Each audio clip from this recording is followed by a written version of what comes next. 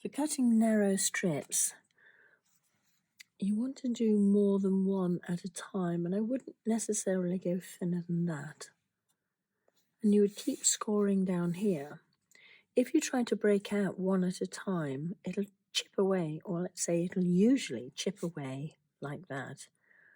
But if you do them in even numbers, so 2, 4, 6, 8, you've got more leverage either side, and that helps get the piece cut right through. Okay, let's put that into practice. For this one, if I want straight pieces, I would actually make use of the straight edge. This lip hooks on the side at the top there, and then it gives you a guide down the side. So just score your piece of glass, and as I say, do more than one at a time.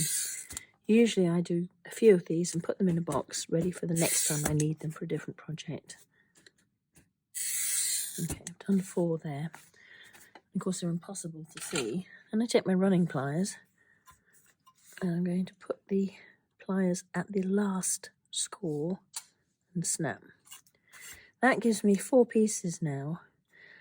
So if I put it into the second one, I've got equal leverage either side. Split that, and then the same again. Split that. Okay, so you have nice thin skinny pieces. We'll do that one as well while we're at it. Okay. I'm going to cut some lightly curved leaves for bluebells and daffodils. So I'm going to come down from this corner and come in a curve about halfway. To begin with, I'm going to do 1 score. And then break it out. Now that I've got this line to follow, because the score lines are so difficult to see, it will just give me a guide. So I want to bring this down in a crescent, widening it at the base here each time. So from the centre there at the top, bring it down. I've got my finger roughly where I ended up, so just keep going. And you're working blind a little bit here. You can more or less see them, but they're very faint.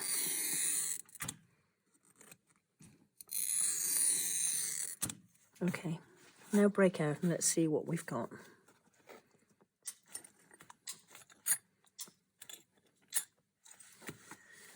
As you can see, they're not perfect at the top. That one's okay. That one's fine. But these could do with a little bit of chomping at the top. So just take the mosaic nippers and take the point up a little bit. Same with this one. Just cut it up at the top a little bit just to bring that point up.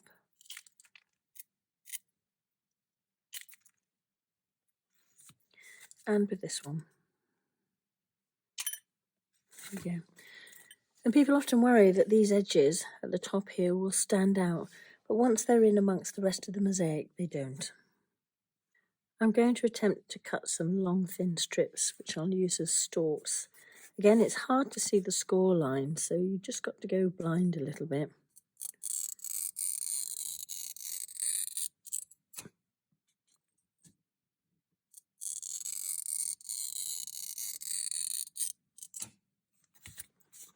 Let's see what we've got when we break them out.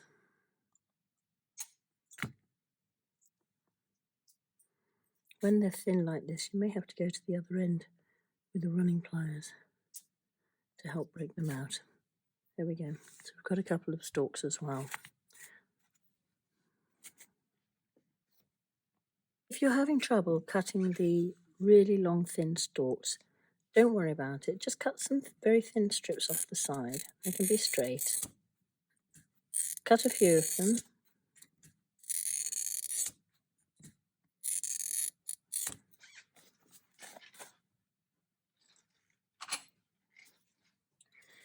And then obviously break them out again as I've done before in 2s.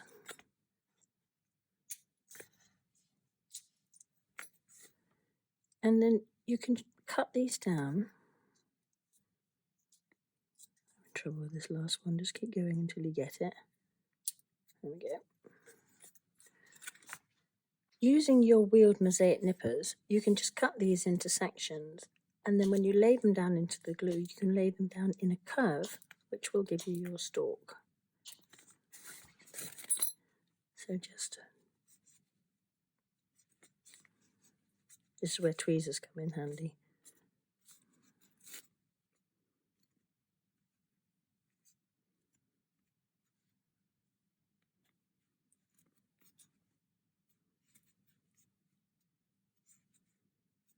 Okay, so don't let it get you down if you're struggling with the cutting. It's just practice. Daffodils. You need to cut your contrasting yellow into strips. Thick one for the trumpets, thinner ones for the petals. Using the wheeled mosaic nippers, cut long, thin triangles out of the petal strips and make sure you have enough to complete your project.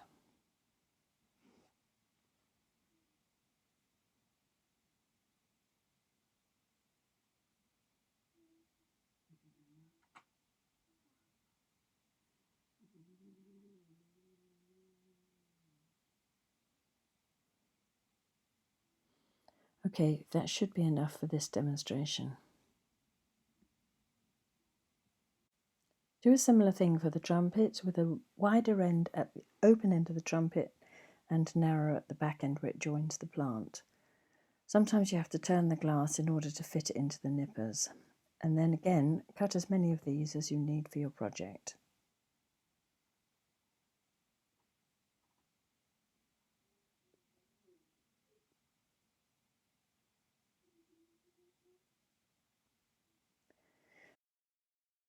Next, I'm going to shape these trumpets a little bit to give them a more realistic look. The end that joins the plant, I'm going to nip off these corners. And the open end of the trumpet, I'm just going to run the nippers down in a random cut to give it more shape.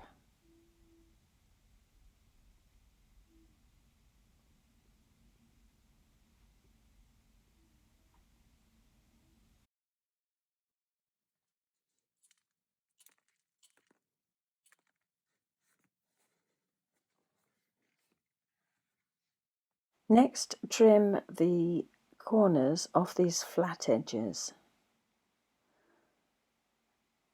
until all the petals look like that.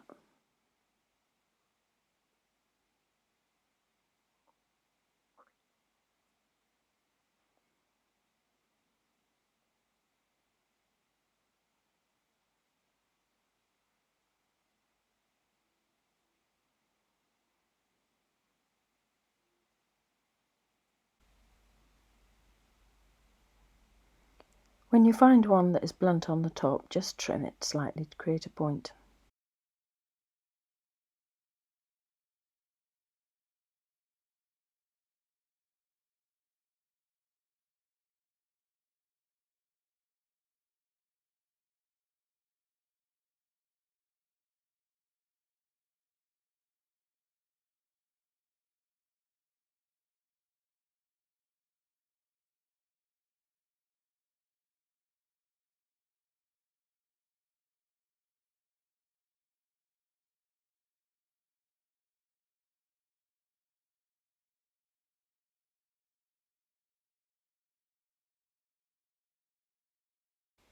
Now we have a selection of leaves and stalks in mixed greens and trumpets and petals, so we're ready to put your flowers together. Use a variety of different shapes for your leaves. They don't all have to be straight and just slightly curved. Don't trim too much off the ends at this stage.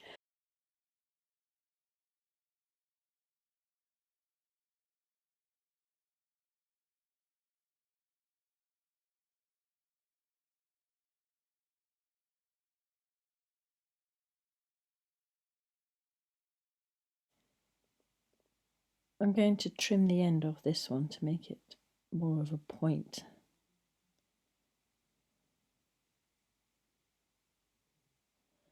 And this one here you could cut to make the leaf look as if it's broken down in the wind.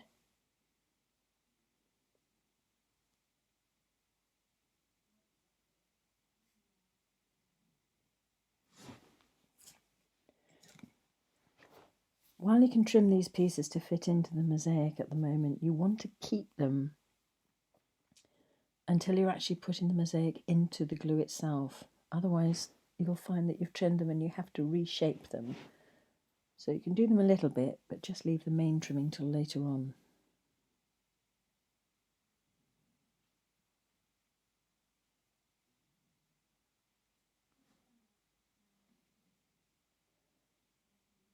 Okay, so now we're ready to put some trumpets in. And don't forget to leave enough room between the trumpet and the stalk so you can put the petals in.